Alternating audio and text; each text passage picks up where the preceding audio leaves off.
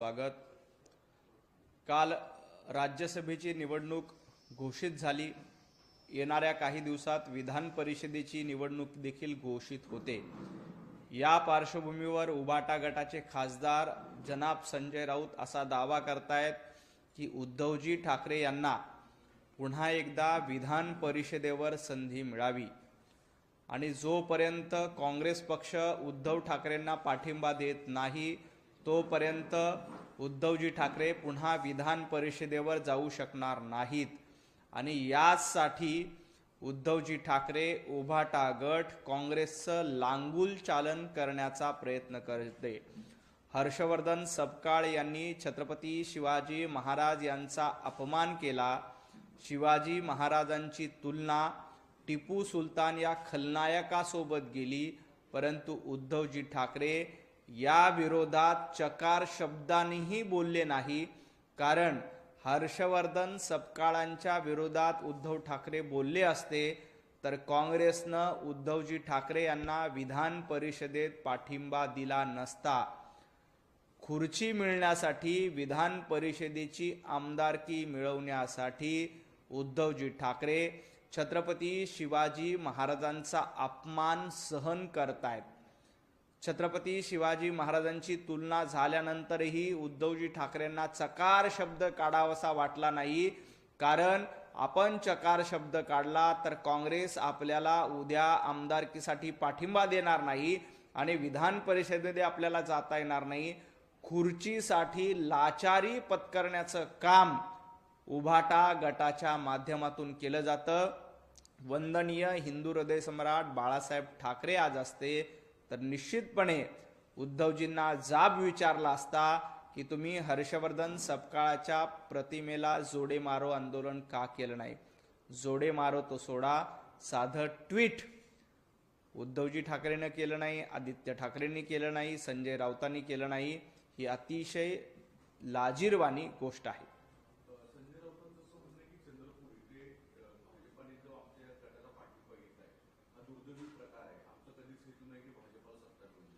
खरं तर संजय राऊत पत्रकार परिषदेमध्ये सांगत होते की भारतीय जनता पार्टी सोबत आम्ही जाणार नाही। ती पत्रकार परिषद संपण्याच्या आत चंद्रपूरमध्ये भारतीय जनता पार्टीचा महापौर बसला। संजय राऊतांना एवढंच सांगायचंय की तुम्ही काँग्रेसचं लांगुल चालन करत बसलात, त्यामुळे तुम्हाला राज्यसभा मिळेल, उद्धवजी ठाकरेंना विधान परिषद मिळेल, पण सर्वसामान्य सच्चा शिवसैनिक जो वंदनीय हिंदू हृदय सम्राट बाळासाहेब ठाकरे यांचे विचार मानतो तो शिवसैनिक कधीही तुमच्या सोबत राहणार नाही। तुम्ही काँग्रेसचं लांगुल चालन केलं, त्यामुळेच त्यावेळेला 40 आमदारांनी एकनाथजी शिंदे यांच्या नेतृत्वामध्ये भारतीय जनता पार्टीची साथ दिली आणि खरी शिवसेना आपल्या सोबत आणली। चंद्रपुरात देखील तेच झालं। तुम्ही काँग्रेसचं लांगुल चालन करतायत, तुम्ही काँग्रेसची चाकरी करतायत, त्यामुळं चंद्रपुरामध्ये काँग्रेसच्या मांडीला मांडी लावून बसणार नाही ही भूमिका चंद्रपुरातील नगरसेवकांनी घेतली आणि चंद्रपुरातील नगरसेवक स्वाभिमानानं हिंदुत्ववादी विचारासाठी भारतीय जनता पार्टीच्या सोबत आले। संजय राऊत, तुम्ही काँग्रेसची धुनी धूत बसा, तुम्ही काँग्रेसची चाकरी करत बसा। सर्वसामान्य सच्चा निष्ठावंत शिवसैनिक हा भारतीय जनता पार्टीच्या सोबत कालही आहे, आजही आहे आणि उद्याही राहील।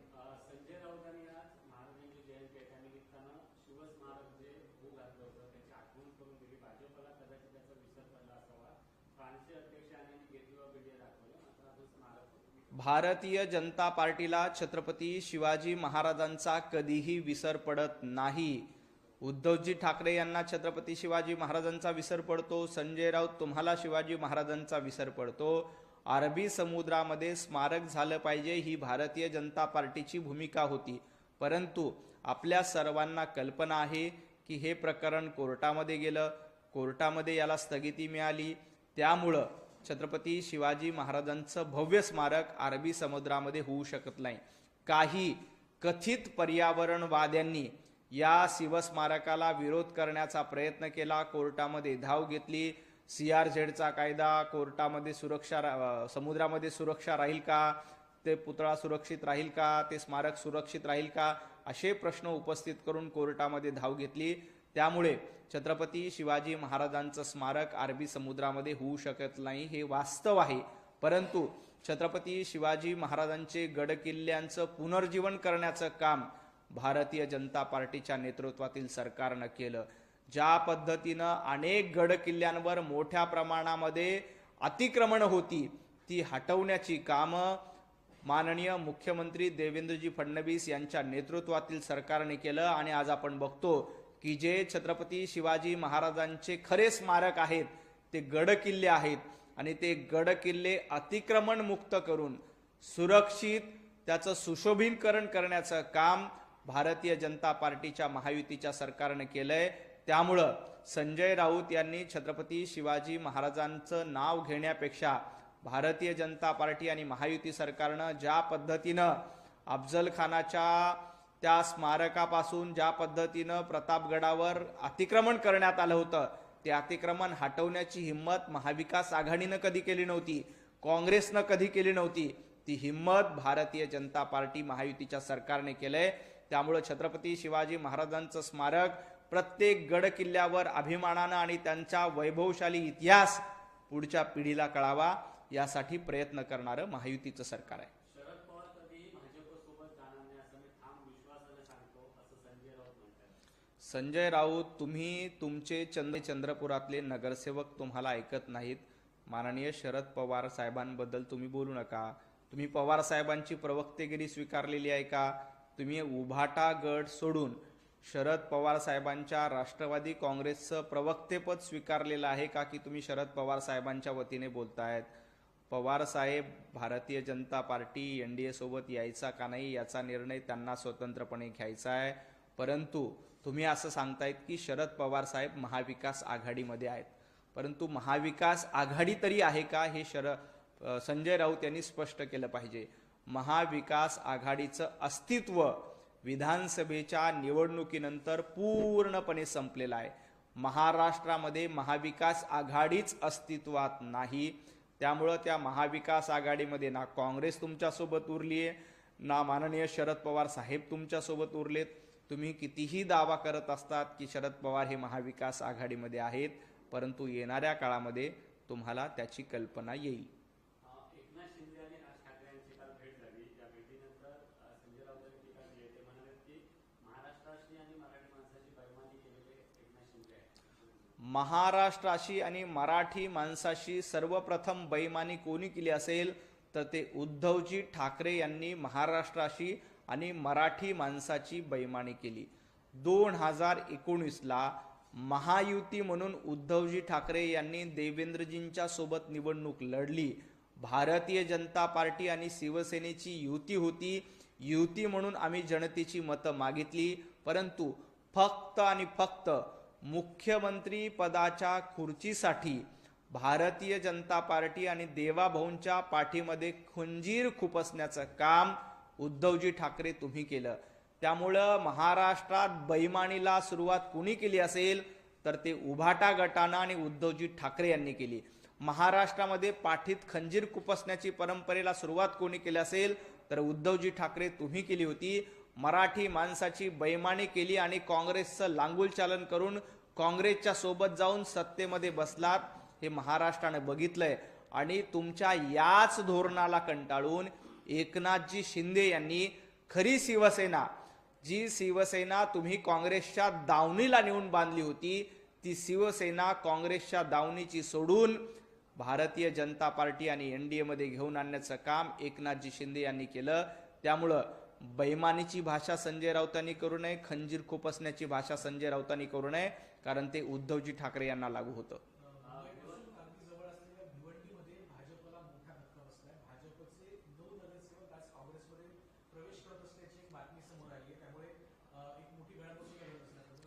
भिवंडीमध्ये कपिल पाटील यांच्या नेतृत्वामध्ये पूर्ण आम्ही त्या प्रक्रियेवर लक्ष ठेवून आहोत. भिवंडीमध्ये आम्हाला विश्वास आहे की भारतीय जनता पार्टीचे नगरसेवक इतर कुठल्याही पक्षात जाणार नाहीत आणि कुणी अशा पद्धतीनं काही करण्याचा प्रयत्न केला तर निश्चितपणे पक्ष पातळीवर त्याची दखल घेईल, त्यांच्यावर कडक कारवाई करण्यात येईल.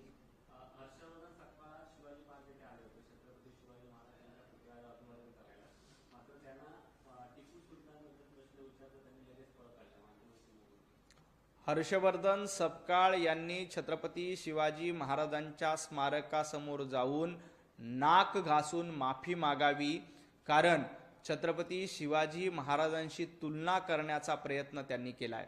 छत्रपती शिवाजी महाराज संपूर्ण देशामध्ये एकमेव आहेत. त्यांची तुलना इतर कुणाशीही होऊ शकत नाही.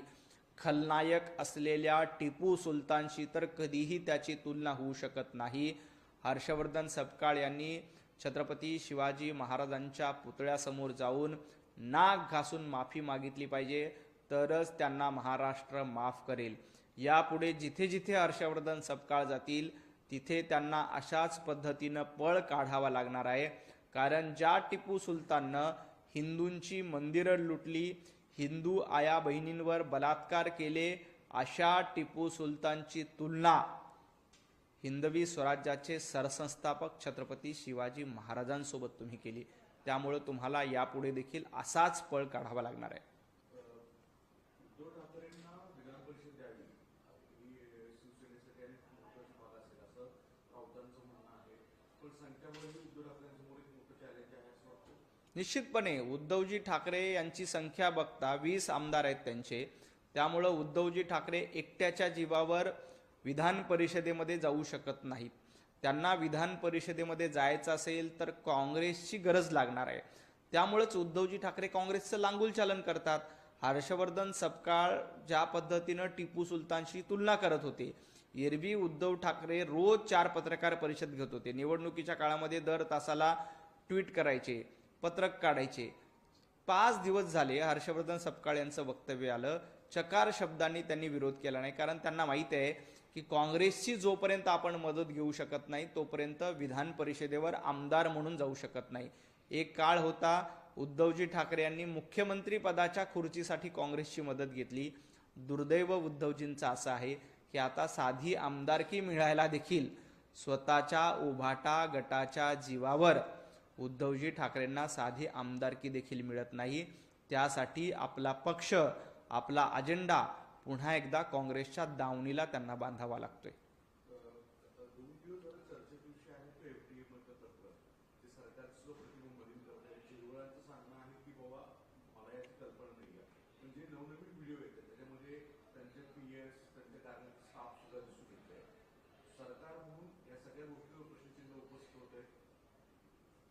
निश्चितपणे ज्या पद्धतीनं एफडीए मधल्या काही अधिकाऱ्यांच्या लाचखोरीचा प्रकार तेही मंत्रालयामध्ये समोर आला, तो अतिशय गंभीर आहे. अशा पद्धतीनं लाचखोरांवर कडक कारवाई केली पाहिजे. या सरकारमध्ये भ्रष्टाचाराला थारा नाही. ज्या पद्धतीनं मंत्रालयामध्ये बसून लाचखोरी करण्याचं काम, जनतेची कामं करायची नाही आणि पैसे घेत लाचखोरी करण्याचा प्रयत्न करायचा आहे, अशा अधिकाऱ्यांवर निश्चितपणे कडक कारवाई केली जाईल. आणि भारतीय जनता पार्टी महायुतीच्या सरकारमध्येच अशा पद्धतीनं मंत्रालयामध्ये लाचखोरी करणाऱ्यालाही आम्ही सोडत नाही, हे दाखवून देण्याचं काम महायुती सरकारनं केलंय. की आमच्या सरकारमध्ये मंत्रालयामध्ये बसून काही लोक लाच घेण्याचा प्रयत्न करत असतील तर त्यांनाही सोडणार नाहीत, त्यांच्यावरही आम्ही कारवाई करू, हेच या माध्यमातून दाखवलंय. त्यामुळं यापुढे सगळ्यांना हा एक इशारा आहे की तुम्ही आधी जनतेची कामं करा. जनतेची कामं हेच प्राधान्य आहे. तुम्ही लाचखोरी करत असाल तर तुम्हाला निश्चितपणे शिक्षा होणार. भाजपमध्ये काही मुख्य संघटनात्मक फेरबदल होते अशी चर्चा समोर येते. मंत्रिमंडळामध्ये सुद्धा बदल होईल. रवींद्र चव्हाणांना कॅबिनेटमध्ये घेतलेले असे होतात. भारतीय जनता पार्टीमध्ये तुर्तास कुठलेही फेरबदल होणार नाही.